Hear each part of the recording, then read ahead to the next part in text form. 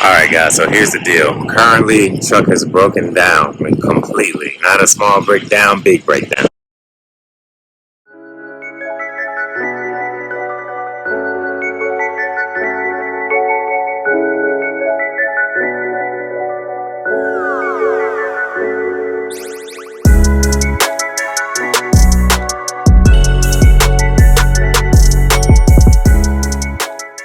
Alright, what's going on guys? We're back in action. It's been, Friday, so according to the last video, it was 2 weeks till I'm, up and rolling again. Brakes still having an issue, but we're gonna figure all that later when I get back to the East Coast and get back home. But shoot, I got this first load. This is 6,000 pounds. Y'all can see it right here. Should be some light work. Shoot, just some securement tips. I don't know, some of you all know it, some of you all don't. I went to a whole flatbed company, so I learned, officially. So what I'm gonna do is these front two, I'm gonna put 2 straps on, and then everything else I'm gonna put 1 strap on, because they're blocked and braced because they're next to each other. So you only need 1 strap every 10 feet when everything's blocked and braced, like this load is right here. And then on the last 2, this one is kind of leaning onto that one, so I'm probably gonna throw 2 straps over it, just because it's kind of on one, like hanging onto this one like little U-bolt thing, or not U-bolt, but just some sort of anchor bolt. And then there's this last one right here that definitely needs 2 straps. So I'm gonna get strapped up, I'm gonna get rolling. I need air in my tires, because I guess with the cold air and the temperature fluctuating, it's officially fall. My tires in my truck actually just starting to go, getting a little low in pressure. So that is my definite immediate stop next, is to get air in these tires. And then my tachometer, actually my shoe is showing that I'm going higher RPMs than I'm actually going, but luckily, I have my tuner in the truck, so it can actually give me the official readout from the OBD2 port. And but it may be a blown fuse, so I'm gonna change the fuse whenever I get a chance. But for now, I'm just gonna continue rolling, and I'll deal with my issues later. But for now, get this stuff strapped down. And actually, what's in these containers, in case you guys don't know, is these helicopter blades or something like that. So I was going to a helicopter spot in Alabama, so I got about 1,300 miles to go. So about 2 days, it's the weekend. I can just chill, do my thing, get the truck washed. I've been riding through dirt, pretty much all morning. Because, even the place that I was really supposed to go, the address was wrong. So I ended up having to call them, and the actual place was like 30 minutes away. So drive some more, but it is what it is. That's why it's important to be early, because sometimes you're early to a spot that's not. You're early to a spot that is not the actual address, and then you gotta call and figure out what the actual address is. So, but anyway, you guys, I'll let y'all later. Peace. All right, what's going on, guys? I just want to give y'all a little mini update. I'm at a truck stop right now with the same load. It is currently Sunday, so I pretty much did all my driving yesterday or Friday, all day. After I had my little situations going on, got loaded, drove all day yesterday, which was Saturday. And I was going to continue my run, but the problem was I had stopped on the side of the road because I had to take a leak. Stopped on the side of the road, and I just walked around the truck real quick after I finished, just to check out everything like I normally do. And sure enough, my differential fluid was leaking again, and I'm like, oh my god! And this time it was worse. Like it's literally everywhere up under the truck. So currently, right now, I don't know if y'all can see in the background. I just had my setup going. On top of that, my interior rear tires, they were flat, cold weather, and that's what I'm mounted to. They weren't flat, but they were like flat because there was only 20 PSI. So all my tires are pretty much low, but the interiors were just really the ones that were just like, straight trash. It was like both at 20 PSI. So got ready to put air in them with my, my air compressor I keep in the truck, because I don't know if you guys also know another problem that I got. My air compressor that's mounted to the bed, up under the bed of the truck that controls my air suspension, is shot. Somehow the wiring and stuff is messed up. So when I get back to Georgia, I'm gonna take it back to the place that put it on, because it's brand new. I'm gonna take, well, not brand new, but this about less than 6 months, I want to say. So I'm gonna take it back to them. I looked up under the truck. Turns out that the bracket that the actual air compressor sits on, that powers it, it's actually hanging off. So it's not even bolted down correctly. I don't know who did that in the process of me getting all this work done over the past month I've been gone or what, but It's probably contributed to my issue. And the crazy part about it is I heard some rattling the night before it stopped working. I was like, what is all that rattling? And maybe that's what, prompted it to get disconnected the way it did. But that's a problem for another day. I have a manual override. I just pumped air in it with my mini air compressor that I picked up from a Walmart. You can get one for like $30. And you just plug it into your 12 volt or plug it into your, I got a power inverter, so I plugged it into that. And I pumped up my airbags that way when I picked up my trailer after it got handled, whatever happened. You know what I'm saying? So now since I noticed my tires are flat after I was looking up under the truck at the differential fluid. Turns out from what after calling my people, basically, they figured it was another pinion seal leak. And I reached on some forums, and turns out some people had, their pinion seals leaked twice. So I'm praying that that's the issue. And hopefully when I get back to Georgia, I can go ahead and, this stuff has a warranty on it. The people were Ford certified that fixed it. And hopefully that's my problem, because it's blowing back from that pinion seal leak. It's not on the other side, and it's not from the bottom, and it's splashing all up on the truck. I'll put some pictures in this video. But yeah, so I'm really praying that's what it is, and I can get it to somewhere that can fix it. It's under warranty, so it should be all for free. Because I just got it, supposedly just got it fixed a month ago, like right when my first week out. Yeah, so as I get ready to do that, I was like, okay, well, this morning I'm gonna change my tire. These F350s, the hubcaps, I'm gonna show you. And maybe even the 250s as well. But these hubcaps right here, they're like real hard to get off. So did some research online how to get it off easier, because I didn't have a hook on me. So like basically what you do is I took one of my bars, like, let's see if y'all can see that one right there.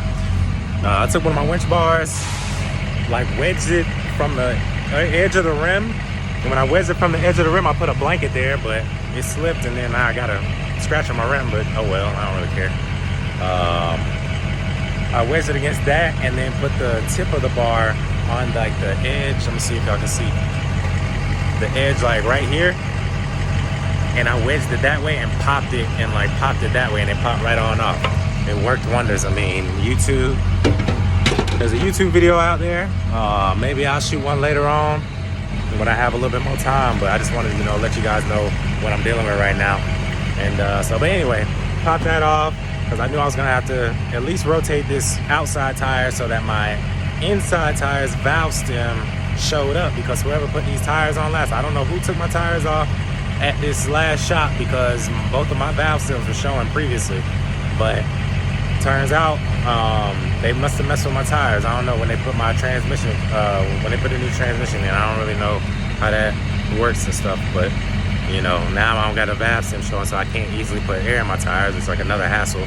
So I'm gonna pop off the wheel, undo these lug nuts, turn the tire around so that the valve stem, points inside the hole so I can get to it, and really fill it up while I'm right here. And while I'm filling it up with air, I'm gonna clean off the differential, the rear differential, fill it up with air, and give me a shower and then hit the road, because I still got about 5 hours left in my drive. And shoot, I'm gonna just monitor it as I go. Kind of was given a tip, might want to monitor it probably about an hour, get to a truck stop, check it. So that's what I'm gonna do today. So it kind of a long day for a Sunday, but it is what it is. I mean, I done got up early enough. It's about 9 o'clock right now, or about to be 9 o'clock. And I'm about to wrap up. I done went through hopefully all my hard stuff. I mean, I still got to get that differential bolt off. And once that happens, I can put the fluid in, give me a shower, hit the road. So I should be done maybe around 9:30. Give me a shower, finish up around 10:30. Hit the road, monitor it at 11:30, see if it leaked too much. And depending on how that is, I know how often I have to stop to keep filling it up. I'm gonna just make sure I stop at a truck stop every time to pick up some more fluid. It's running me some cash, but I gotta drop this load off to make some more money and make this stuff back, make the money back I done spent on this transmission fluid, radiator, all that, this, that, and the third. So anyway, I'm gonna get to it. I'm back at it. Oh, and by the way, shoot,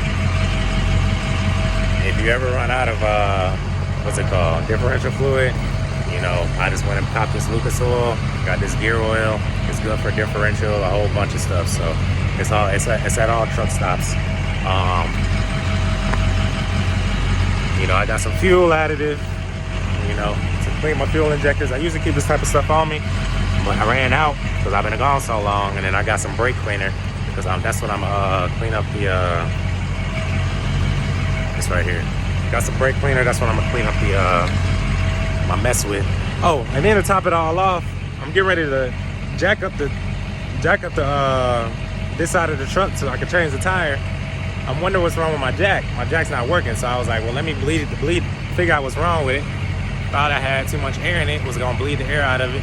That's not working.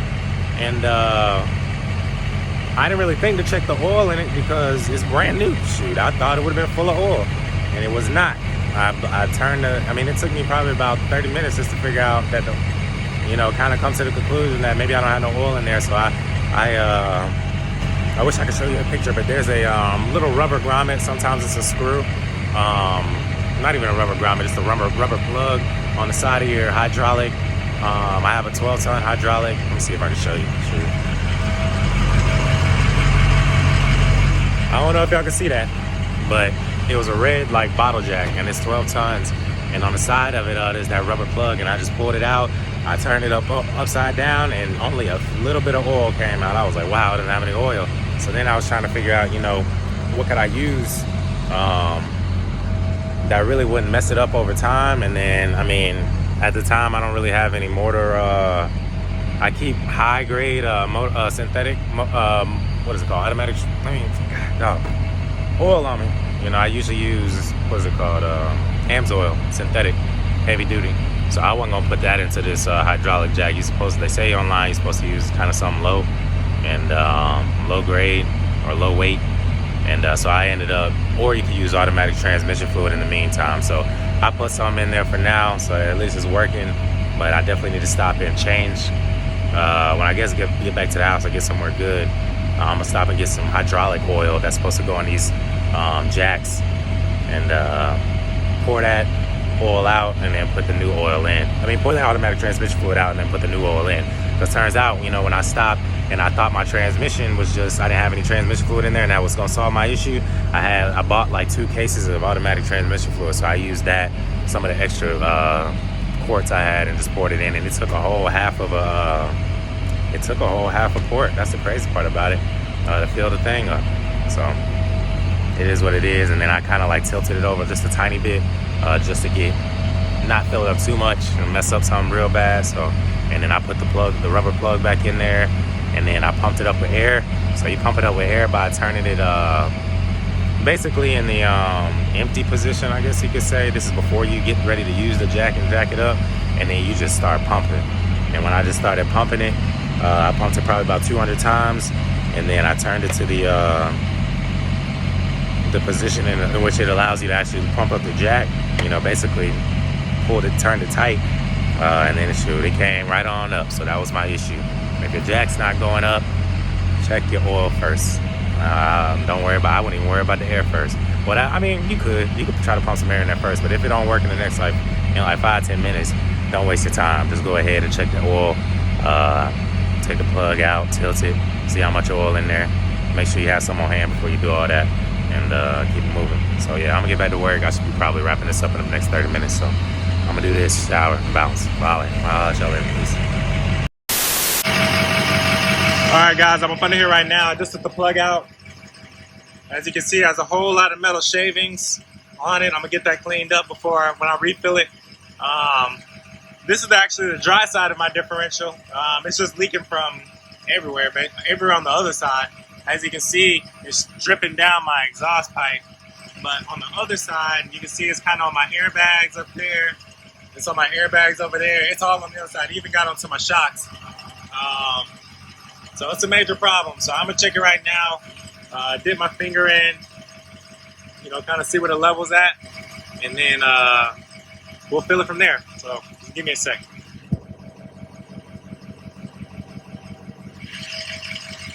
All right.